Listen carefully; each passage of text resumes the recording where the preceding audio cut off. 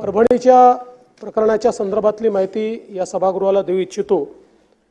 परभणीमध्ये आपल्याला कल्पना आहे की साधारणपणे दिनांक 10/12/2024 ला साधारणपणे 4:30 ते 4:45 च्या दरम्यान एक दत्तराव सोपनराव पवार वय 47 या माणसाने जी काही भारतरत्न डॉक्टर बाबासाहेब आंबेडकरांच्या पूर्णाकृती पुतळ्याजवळ जी एक प्रतिकात्मक संविधानाची प्रत ठेवली होती ती तिथे तोडफोड केली, त्याची काच फोडली, ती खाली फेकली आणि त्यानंतर अनेक घटनांना त्या ठिकाणी सुरुवात झाली। मुळात जर आपण बघितलं तर ही घटना घडल्यानंतर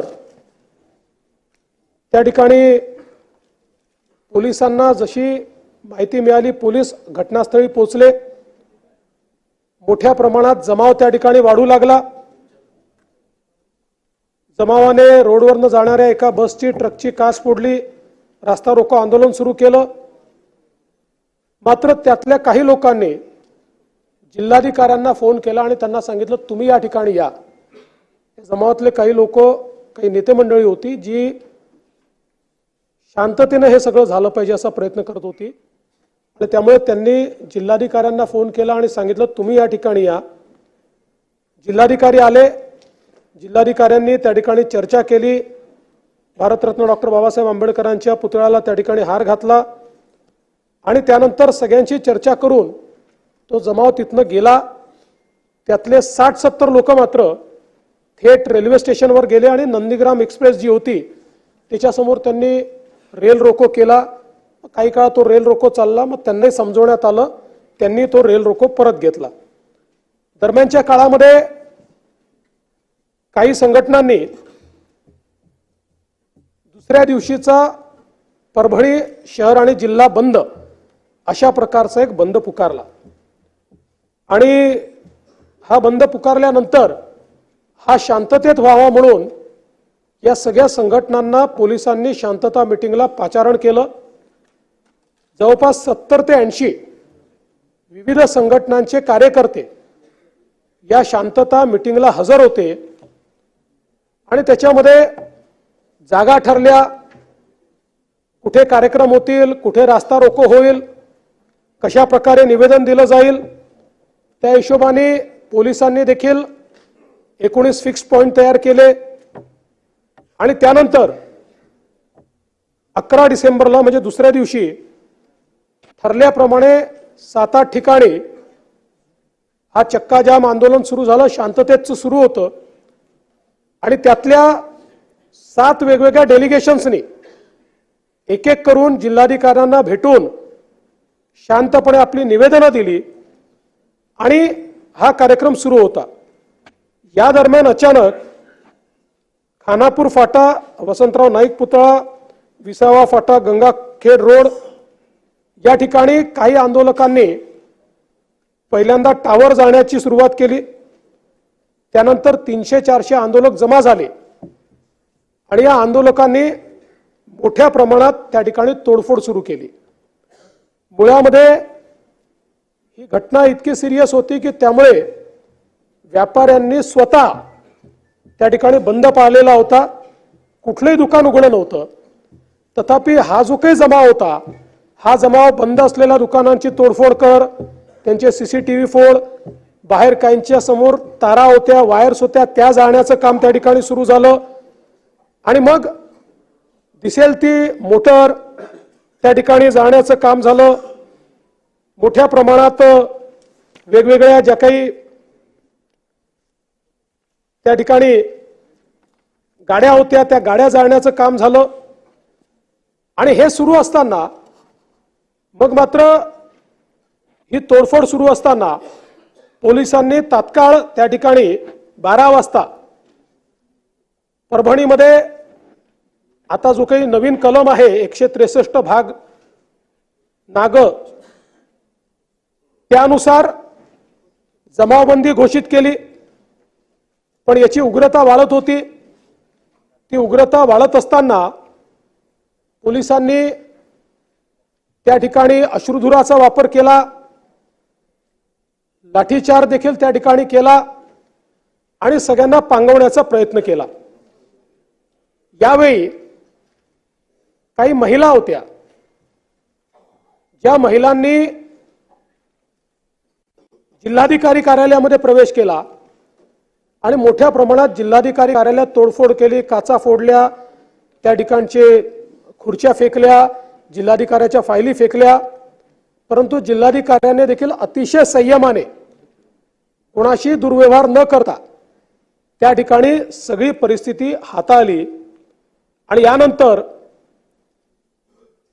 ज्यावेळी बाहेरून कुमक आली, SRPF आपण आणली, त्यानंतर मात्र सगळा जमाव शांत झाला आणि या संदर्भात एक प्रकारे शांतता प्रस्थापित झाली.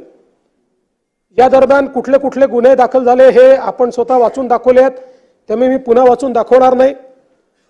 पण एकूण जे काही दगडफेक करणारे, जाळपोळ करणारे आहेत, यातल्या 51 लोकांना त्या ठिकाणी पोलिसांनी ताब्यात घेतलं. यामध्ये 42 पुरुष, 3 महिला आणि 6 विधी संघर्षित बालकांचा समावेश होता.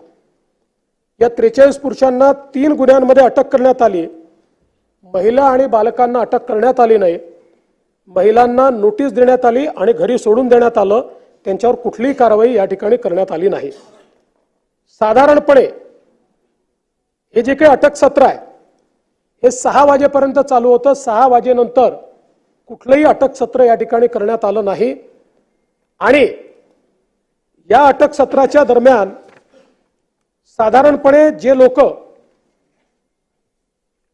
या ठिकाणी व्हिडिओ फुटेजमध्ये तोडफोड करताना दिसत आहेत, कोणालाही मास्क वगैरे काही नाहीये, चेहरे सगळ्यांचे खुले आहेत आणि खुल्या चेहऱ्याने त्या ठिकाणी लाठ्या काठ्या घेऊन गाड्यांची तोडफोड करतायत, दुकानांची तोडफोड करतायत.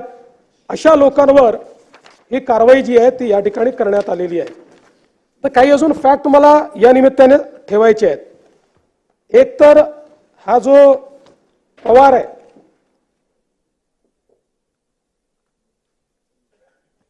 जो काही आरोपी आहे, हा आरोपी मनोरुग्ण आहे.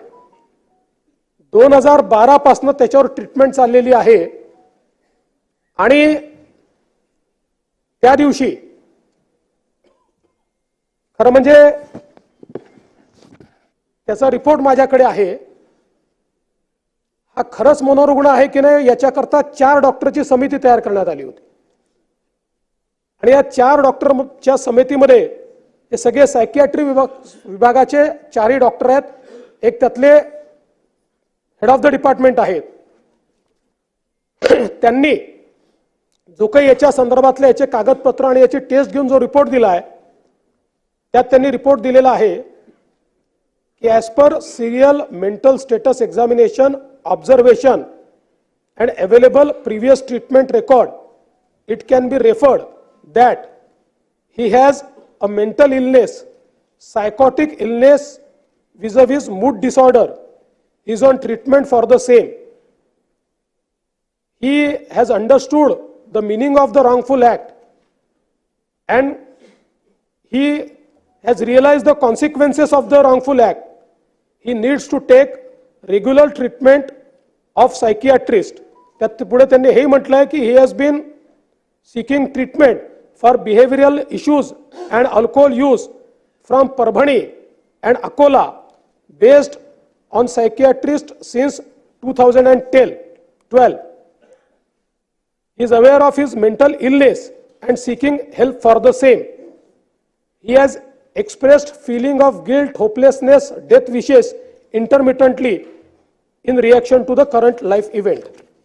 त्यामुळे मुळातच पहिल्यांदा तर मी या ठिकाणी सांगू इच्छितो की ही जी काही एक कॉन्स्पिरसी थिअरी तयार करण्यात येते की सकल हिंदू समाजाचा मोर्चा झाला आणि मग त्या मोर्चात काहीतरी संविधानाच्या विरुद्ध बोललं गेलं आणि मग त्याच्यातनं अशा प्रकारची घटना झाली, म्हणून ते देखील या ठिकाणी स्पष्ट झालं पाहिजे.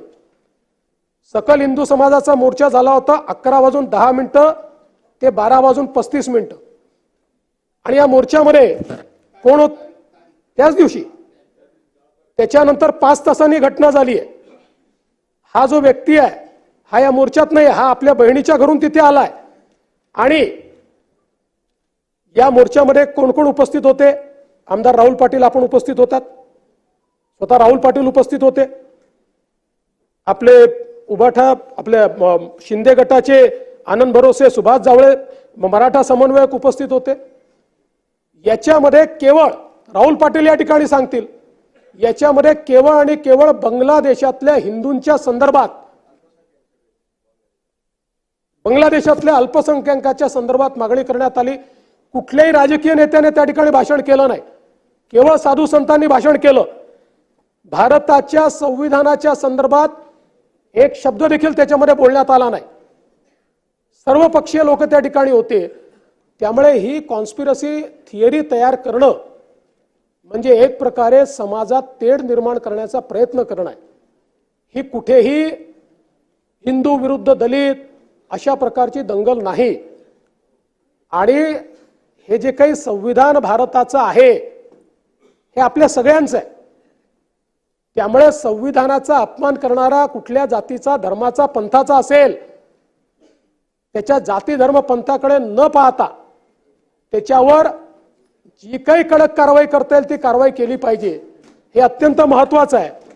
आणि म्हणून या संदर्भात पहिल्यांदा तर ही कारवाई कुठल्याही जाती द्वेषातनं तयार झालेली नाही, कुठल्याही कॉन्स्पिरसीतनं अशा प्रकारे घटना घडलेली नाही, तर एका मनोरुग्णाने अशा प्रकारची घटना करून एक प्रकारे शहराचं स्वास्थ्य पूर्ण खराब केलेलं आहे. आता याच्यामध्ये एक अजून डिफरन्सिएशन केलं पाहिजे की या ठिकाणी बहुतांश आंदोलक, बहुतांश हे शांततेने आंदोलन करत होते. ज्या प्रकारे भारतरत्न डॉक्टर बाबासाहेब आंबेडकरांना अपेक्षित आहे त्याप्रमाणे पूर्ण प्रशासनाला सहकार्य करून त्यांनी ते आंदोलन केलं. हे हजारो लोक होते. 200-300 लोक केवळ असे होते की ज्यांनी या आंदोलनाला पूर्णपणे गालबोट लावलं. आणि समोरून कुठलाही फोर्स नाहीये, परंतु कुठल्या तरी उद्वेगानं त्या ठिकाणी मोठ्या प्रमाणात तोडफोड झाली. आणि म्हणून ही जी कारवाई आहे आता ती अधिकची झाली आहे का याच्यावर मी येणार आहे. पण एक गोष्ट या सभागृहाने देखील लक्षात घेतली पाहिजे की जर बहुतांश लोक शांततेनं त्या ठिकाणी आंदोलन करत असतील तो राईटफुल अधिकार आहे. अशा वेळी जर काही लोक तोडफोड करत असतील तर आपल्याला हे ठरवायचं आहे की अशा प्रकारचा लॉलेसनेस आपण मान्य केला पाहिजे का. एक कोणीतरी मनोरुग्ण अशा प्रकारची कारवाई करतो आणि त्याच्यानंतर आपण बघा लोकांचं नुकसान किती झालंय. या ठिकाणी सरकारी कार्यालयांचं नुकसान तर आहेच, पण सामान्य जे नागरिक आहेत यांच्या गाड्या तोडल्या, टू व्हीलर तोडल्या, दुकानं तोडली, त्याचं देखील प्राथमिक नुकसान 1,89,54,400 कोटी रुपयाचं आहे. या लोकांचा काही संबंध नाही आहे या घटनेशी, पण त्यांचं अशा प्रकारे नुकसान हे या ठिकाणी करण्यात आलेलं आहे. पण हे सगळं होत असताना एक विषय सातत्याने या ठिकाणी आला, कोम्बिंग ऑपरेशनच्या संदर्भात. खरं म्हणजे साधारण 4-4:30 वाजता मला सन्माननीय बाळासाहेब आंबेडकरांचा फोन आला आणि बाळासाहेबांनी मला सांगितलं की मला माहिती मिळते की काहीतरी कोम्बिंग ऑपरेशन चाललंय. मी तात्काळ पोलिसांशी बोललो. त्यांना म्हटलं कशाचं कोम्बिंग ऑपरेशन करताय. म्हणाले आम्ही कोम्बिंग ऑपरेशन करत नाही, जे अपरंटली दिसतायत व्हिडिओ त्यांना आम्ही पकडतोय. मी त्यांना म्हटलं त्याचाही संदेश चांगला जात नाही. त्यानंतर आयजींचं, माझं आणि बाळासाहेब आंबेडकरांचं एकत्रित बोलणं झालं आणि 6 वाजेनंतर कुठल्याही वस्तीमध्ये कोणीही गेलेलं नाही. 6 वाजेनंतर कोणाला अटक देखील केलेली नाही. त्याच्यामुळे अशा प्रकारचं कोम्बिंग ऑपरेशन करण्यात आलंय. हे काही योग्य नाही किंवा हे वस्तुस्थितीला धरून नाही. मात्र यामध्ये एक तक्रार ही आलेली आहे की पोलीस निरीक्षक अशोक घोरबांड यांनी वाजवीपेक्षा जास्त या ठिकाणी बळाचा वापर केला किंवा रॅशली बळाचा वापर केला. निश्चितपणे याची चौकशी केली जाईल आणि चौकशी होतपर्यंत अशोक घोरबांड यांना त्या ठिकाणी सस्पेंड केलं जाईल आणि त्यांना सस्पेंड करून याची चौकशी पूर्णपणे केली जाईल की त्यांनी वाजवीपेक्षा अधिक अशा प्रकारचा या ठिकाणी बळाचा वापर केला आहे का. दुसरा एक मुद्दा या ठिकाणी आला, वत्सलाबाई मानवते या महिलेला मारहाण करण्यात आली. मुळामध्ये ही जर घटना आपण बघितली तर या ज्या आमच्या भगिनी आहेत वत्सलाबाई या हायपर ॲग्रेसिव्ह होत्या आणि त्या ॲग्रेशनमध्ये त्यांनी आपल्या एका महिला कॉन्स्टेबलवर हल्ला केला. त्याचे सर्व साक्षी पुरावे आहेत आणि त्या महिला कॉन्स्टेबल ॲडमिट आहेत आणि त्याही मागासवर्गीय भटक्या विमुक्त आहेत. म्हणजे आपण पोलिसांची जात पाहत नाही. आणि त्याच्यानंतर तो हल्ला झाल्यानंतर शेवटी अशा प्रकारे जर कोणी मोठ्या प्रमाणात आक्रमक होत असेल तर पोलिसांना, महिला पोलीस होत्या, त्यांना जबरदस्ती उचलून गाडीत बसवून न्यावं लागलं. कारण पोलिसांवरच जर हल्ला झाला तर पोलिसांनी इतरांची सुरक्षा कशी करायची. आणि म्हणून या संदर्भात निश्चितपणे मला असं वाटतं की ही जी काही बाब आहे ती अत्यंत महत्त्वाची आहे. विविध कार्यक्रमांसाठी 2000 चौरस फुटाचा AC बँकवेट हॉल, हॉटेल चित्रा एक्झिक्युटिव्ह, लग्न समारंभ, रिसेप्शन, वाढदिवस, सेमिनार तसेच विविध बैठकींसाठी उपयुक्त असा सोलापूर शहराच्या मध्यवर्ती अशा सम्राट चौकातील हॉटेल चित्रा एक्झिक्युटिव्ह मध्ये. पत्ता 195 बुधवार पेठ, सम्राट चौक, चिडगुप्कर हॉस्पिटल समोर, सोलापूर. संपर्क 8956 03 31 00 आणि 8956 03 31 01.